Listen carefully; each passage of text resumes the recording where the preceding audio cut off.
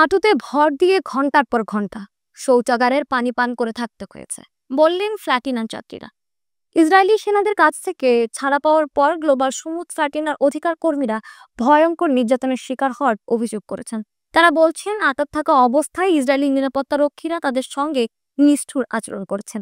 ত্রাণ নিয়ে গাজা অভিমুখে যাওয়ার সময় গ্লোবাল সমুদ ফ্ল্যাটিনার নৌবহরে থাকা মানুষেরা গাজার ওপর আরোপিত নৌ অবরোধ ভাঙতে চেয়েছিলেন।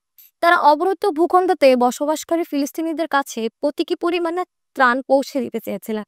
তবে ইসরায়েলি বাহিনী সে নৌযানগুলোকে আটকে দেয় এবং অধিকার কর্মীদেরকেও আটক করে।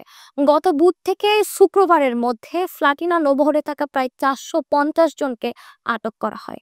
এর মধ্যে বেশ কয়েকজন অধিকার কর্মীকে ছেড়ে দেওয়া হয়েছে। প্লাটিনা নৌবহর থেকে এসব অধিকার কর্মীকে আটক করা হয়। ইতালির সংবাদ সংস্থা ANS এর প্রতিবেদনে বলা হয়, গতকাল রোববার ইতালির রোমে ফিরে অধিকার কর্মী সেদারে তোফারি বলেন, আমাদের সঙ্গে ভয়ঙ্কর ব্যবহার করা হয়েছে। সেনাদের হেফাজতে থাকার পর পুলিশের হাতে তুলে দেওয়া হয়েছিল। সেখানে আমাদের হয়রানি করা হয়েছে। ইতালির ইসলামিক কমিউনিটিজ ইনস্টিটিউটের সভাপতি ইয়াসিন লাফারাম অধিকার কর্মীদের সঙ্গে মিলনে পৌঁছান। তিনি বলেন, তারা আমাদের সঙ্গে সহিংসতা আচরণ করেছেন। তারা আমাদের ওপর অস্ত্র তাক করেছিলেন।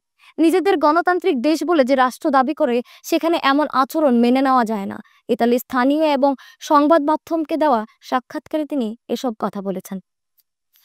বার্তা সংস্থা এপির প্রতিবেদনে বলা হয়, ইতালির সাংবাদিক সভিরিও তমেসি গত শনিবার রাতে ফিউমিসিয়ানো বিমানবন্দরে অবতরণ করছেন। তিনি বলেন, ইসরায়েলি সেনারা আটক অধিকার কর্মীদের ঔষধ দেননি এবং তাদের সঙ্গে বানরের মতো আচরণ করেছেন।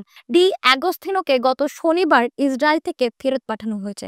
তুরস্কের ইস্তাম্বুল বিমানবন্দরে পৌঁছে তিনি বার্তা সংস্থা এপিকে বলেন, আটক কর্মীদের ওপর কুকুর লেলিয়ে দিয়ে ভয় দেখানো হয়েছে। সেনারা বন্দীদের দিকে বন্দুকের লেজারের লাইট তাক করে ভয় দেখানোর চেষ্টা করে।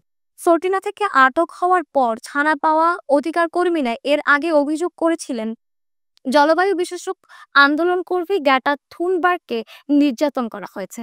তারা বলছেন, গ্রেটাকে মাটিতে টেনে হিঁচড়ে নেওয়া হয়েছে, ইসরায়েলি পতাকায় চুমু খেতে বাধ্য করা হয়েছে এবং মিথ্যা প্রচারণার কাজে ব্যবহার করা হয়েছে।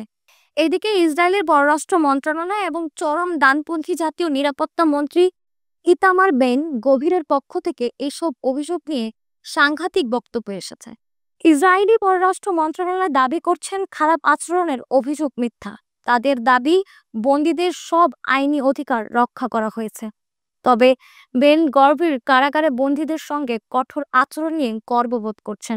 তিনি এক বিবৃতিতে বলেন, আমি গর্বিত যে আমরা ফ্ল্যাটিনা কর্মীদের সঙ্গে সন্ত্রাসবাদের সমর্থকদের মতো করে আচরণ করিনি। যারা সন্ত্রাসকে সমর্থন করে তারা সন্ত্রাসবাদী এবং তাদের সন্ত্রাসীদের মতোই আচরণ প্রাপ্য। তিনি আরও বলেন, যদি কেউ ভেবে থাকে যে তারা এখানে এলে লাল কার্পেট কিংবা সমর্থনও পাবেন, তা ভুল করছে। তাদের ক্যাথোজিউ কারাগারের পরিস্থিতি ভালোভাবে দেখতে হবে এবং আবার ইসরায়েলের দিকে যাওয়ার আগে 2 বার ভাবতে হবে।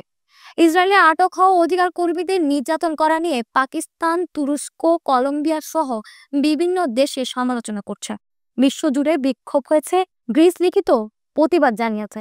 ইসরায়েলের পররাষ্ট্র মন্ত্রণালয় বলছে, গতকাল আরও 29 জন প্লাটিনা কর্মীকে ফেরত পাঠানো হয়েছে, কিন্তু অনেকেই এখনো ইসরায়েলে আটক আছে।